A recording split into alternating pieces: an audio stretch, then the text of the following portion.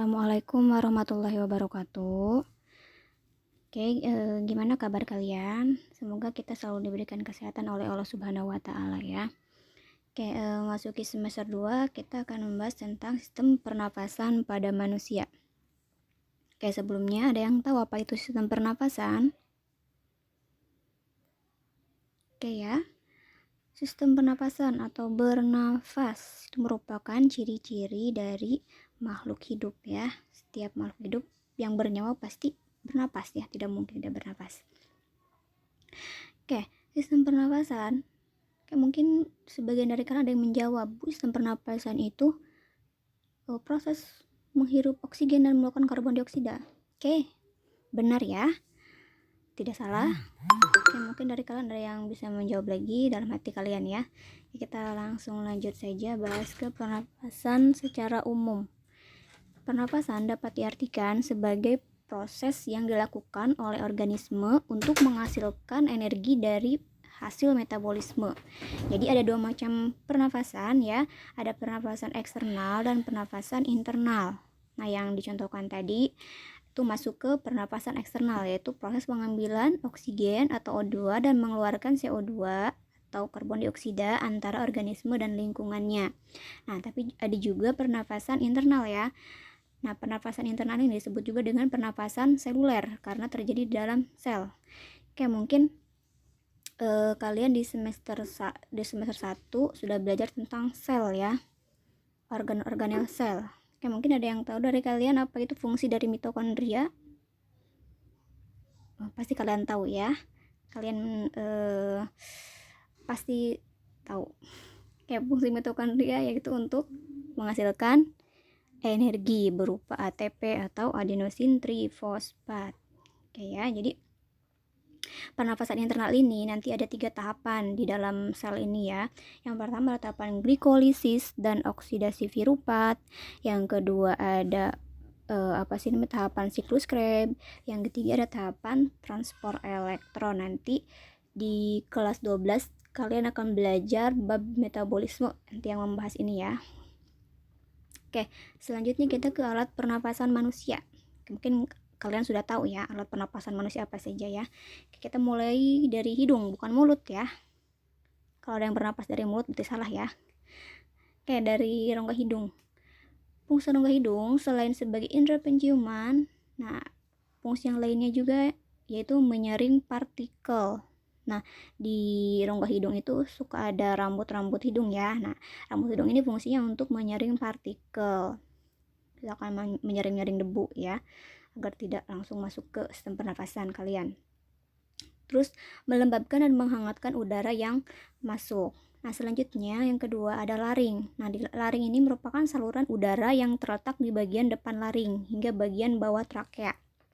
Oke, jadi selanjutnya terdapat tonjolan jakun epiglotis untuk membantu laring menutup ketika menelan dan pita suara. Ya, jadi jangan ketukar ya, ada laring, ada faring. Kalau faring itu masuknya ke sistem pencernaan. Nanti dari faring makanan masuk ke masuk ke esofagus. Nah, kalau misalkan laring ini untuk sistem pernapasan ya. Nanti masuknya dari laring ke trakea.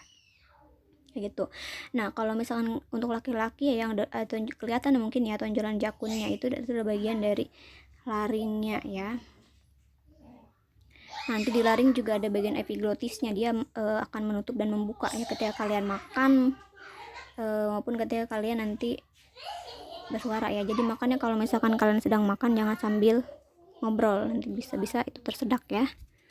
Oke, selanjutnya trakea. Trakea adalah saluran lanjutan dari laring. Oke ya. Bagian dalam dilapisi sel-sel epitel bersilia yang dapat mengeluarkan debu dan butiran benda asing halus yang masuk bersama udara pernapasan.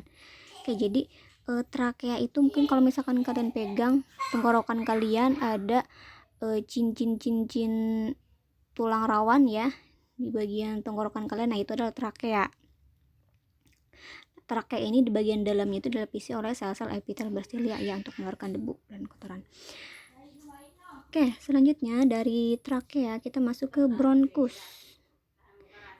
Nah, bronkus merupakan cabang kanan dan kiri dari trakea. Jadi trakea nanti pada ujungnya bercabang ya, ada yang ke kanan, ada yang ke kiri. Nah, kalau misalkan bronkus kanan masuk ke paru-paru kanan dan bronkus kiri masuk ke paru-paru kiri ya. Kita bosan tahu kalau misalkan paru-paru itu ada dua ya, ada di sebelah kanan dan sebelah kiri ya. Jadi bercabang juga kanan ke kiri. Nah, di dalam paru-paru bronkus terus bercabang-cabang membentuk bronkeolus, dan di ujung bronkeolus terminal terdapat alveolus ya. Jadi tadi kita mulai dari trakea di tenggorokan, trakea bercabang menjadi bronkus ya, ke kanan, bronkus ke bagian kanan dan bronkus ke bagian yang kiri ya. Nah, bronkus juga nanti akan bercabang lagi jadi lebih kecil, yaitu namanya bronkeolus. Nah, di ujung bronkeolus yang paling ujung ini terdapat alveolus ya. Oke. Selanjutnya yang terakhir adalah pulmo atau paru-paru ya. Paru-paru tersusun dari 300 juta alveolus berbentuk kantung kecil dan dikelilingi oleh pembuluh kapiler tempat pertukaran oksigen dan karbon dioksida. Oke, jadi paru-paru itu ada selaput pembungkusnya, namanya itu pleura ya. Jadi pleura ini isinya nanti akan, pleura yang terdapat si cairan limpa. Jadi fungsi cairan limpa ini untuk melindungi paru-paru dari gesekan ya. Kan kalau misalkan paru-paru itu mengembang dan mengempis ya. Jadi ketika mengembang dan mengempis ini ya, inilah fungsi dari si cairan limpa ini ya, untuk melindungi paru-paru dari gesekan. Nah, kalian bisa lihat di sini gambarnya ya. Yang lebih jelasnya di situ ada trakea ya, seperti Ibu bilang tadi. Trakea selanjutnya akan bercabang ke kanan dan kiri atau dinamakan juga dengan bronkus. Nah, bronkus sendiri nanti akan bercabang lagi menjadi bronkeolus. Nah, di ujung bronkeolus nanti ada yang namanya alveolus atau alveoli ya. Alveolus itu dalam bentuk tunggalnya, dalam bentuk satuannya. Kalau alveoli dalam bentuk jamaknya ya. Nah, alveolus sendiri di sini fungsinya yaitu untuk pertukaran oksigen dan karbon dioksida. Jadi kalau misalnya kalian berpikir tempat pertukaran oksigen dan karbon dioksida itu di hidung, salah ya. Tempat pertukaran oksigen dan karbon dioksida itu adanya di alveolus, di paru-paru ya.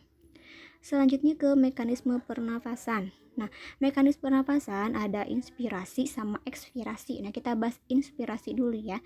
Inspirasi merupakan proses menghirup udara secara aktif yang memerlukan kontraksi otot. Nah, pernapasan atau inspirasi ini ada dua macam ya, ada pernapasan dada sama pernapasan perut. Nah, pernapasan dada dulu ya. Untuk pernapasan dada,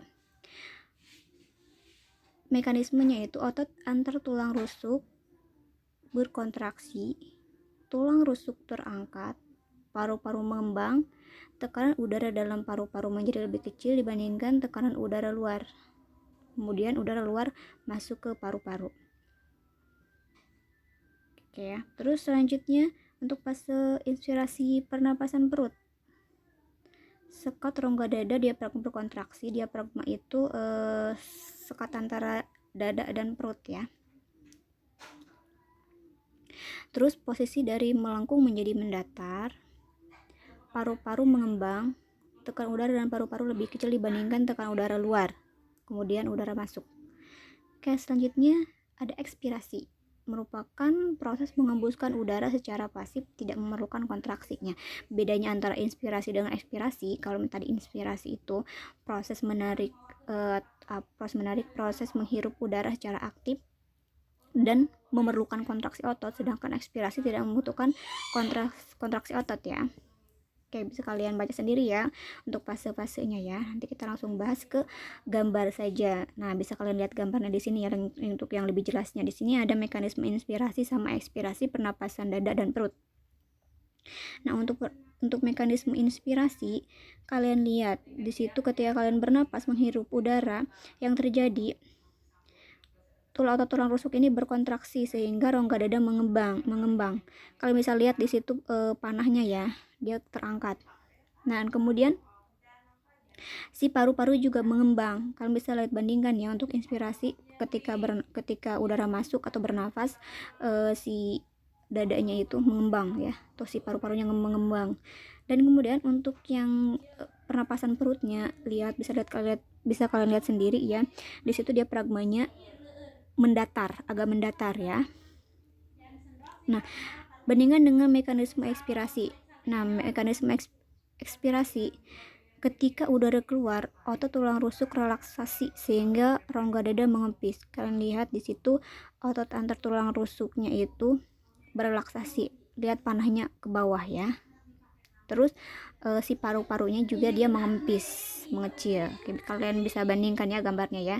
Terus di sini untuk pernapasan perutnya, maaf ya, diafragmanya berelaksasi atau dia naik ke atas. Oke ya. Oke, selanjutnya di sini ada frekuensi pernafasan. Jadi ada beberapa faktor yang mempengaruhi kecepatan frekuensi pernapasan. Yang pertama dari usia. Jadi ya semakin semakin usia juga mempengaruhi ya. Ketika dia semakin tua berarti kecepatan juga sudah semakin berkurang ya, kecepatan dalam bernafasnya juga. Terus selanjutnya ada jenis kelamin.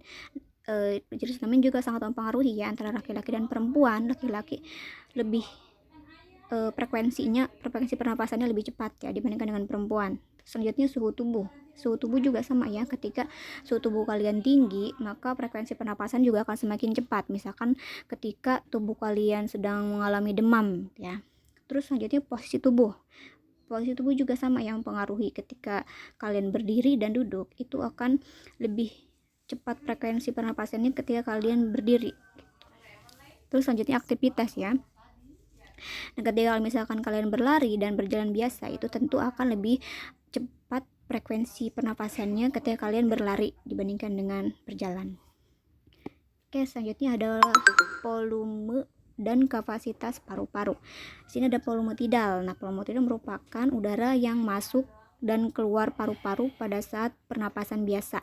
Volume udara yang masuk dan keluar sebanyak 500 ml.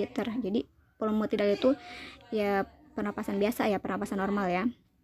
Selanjutnya udara residu. Di sini merupakan udara yang tersisa dalam paru-paru yang berfungsi untuk menjaga agar paru-paru tetap dalam keadaan mengembang.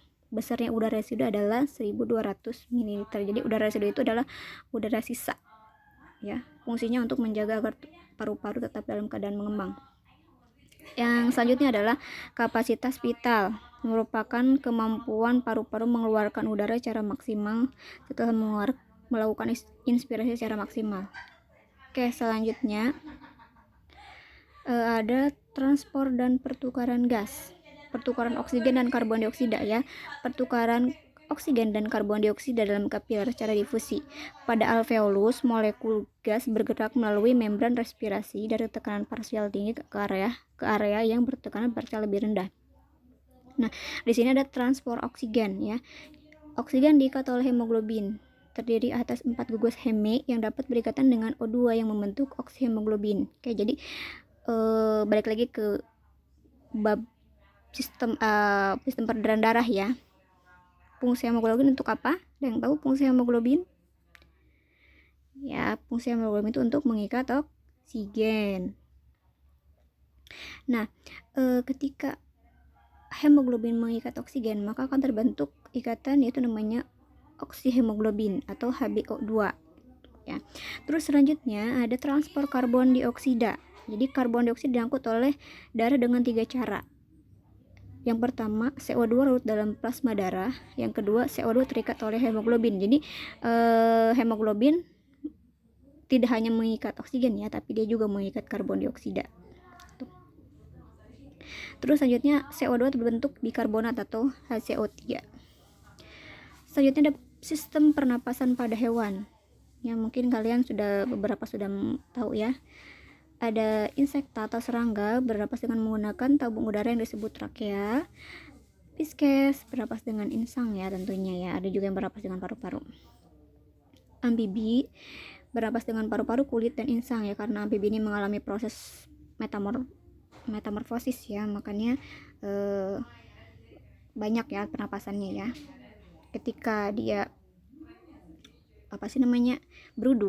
ketika dia berudu, maka dia bernapas dengan insang ya. Ketika dia sudah dewasa, dia bernapas dengan kulit dan paru-parunya.